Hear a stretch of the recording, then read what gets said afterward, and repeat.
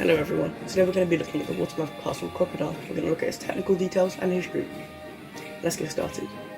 Watermouth Castle is known for many things, such as the one-of-a-kind organ displays, collection of vintage machines, the animatronics, and finally, the crocodile. If you watched my previous video on Mooney Beam, you'll know the history of the castle, so let's get past that. You probably won't understand the people I mention either if you haven't watched that, so if you haven't already, go watch it.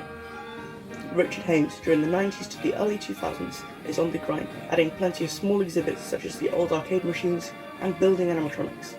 Richard Haynes built the Crocodile, I presume, all signs point to yes, in the early 2000s. That bit's confirmed by Watermouth, it was put in the early 2000s. The head is built out of fiberglass, hence why it shares a similar appearance to the former Murray Bridge bunyip. The croc itself is mechanically simple. It has a beam brake sensor that is located in the small hatch below the opening itself. There is a reflective piece opposite. This means that leaves and other things can influence the animation. Once the beam is broken, it will rise up. It will only rise when the beam is actively being broken. As soon as the beam has been returned, it will retract. The crocodile itself is pneumatic and pushed forward on a stainless steel frame. It shares the same rising linkage as the Halloween jumping spider. The croc is mounted to the bottom of the floor with bolts. To remove the croc for maintenance, they open a hatch and send someone in to unbolt it and pass it through the hatch. People often freak out about the water being deep, when in reality it's only 2 to 3 foot deep. However, removing the croc is a big job, and it shows the dedication that Watermouth goes to keep it running. The cave features a float valve to keep it topped up. However, in recent years it has failed.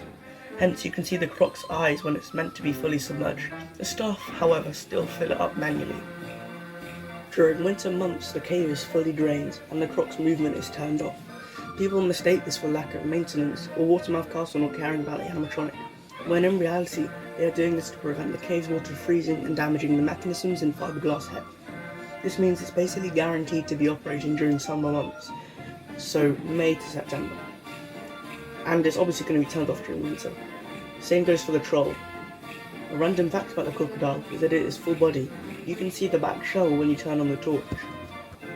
Next, I'm going to state some presumptions, so take the following information with a grain of salt. In older pictures of the croc, you can see it's mounted quite differently. This, along with the lack of full body shell, leads me to believe that at some point during 2015, it received a major overhaul. Based on the way it is in older pictures, being further away from the hatch, this will lead me to believe that it used to rise on more of a rising from the grave type mechanism instead of an up and forward type.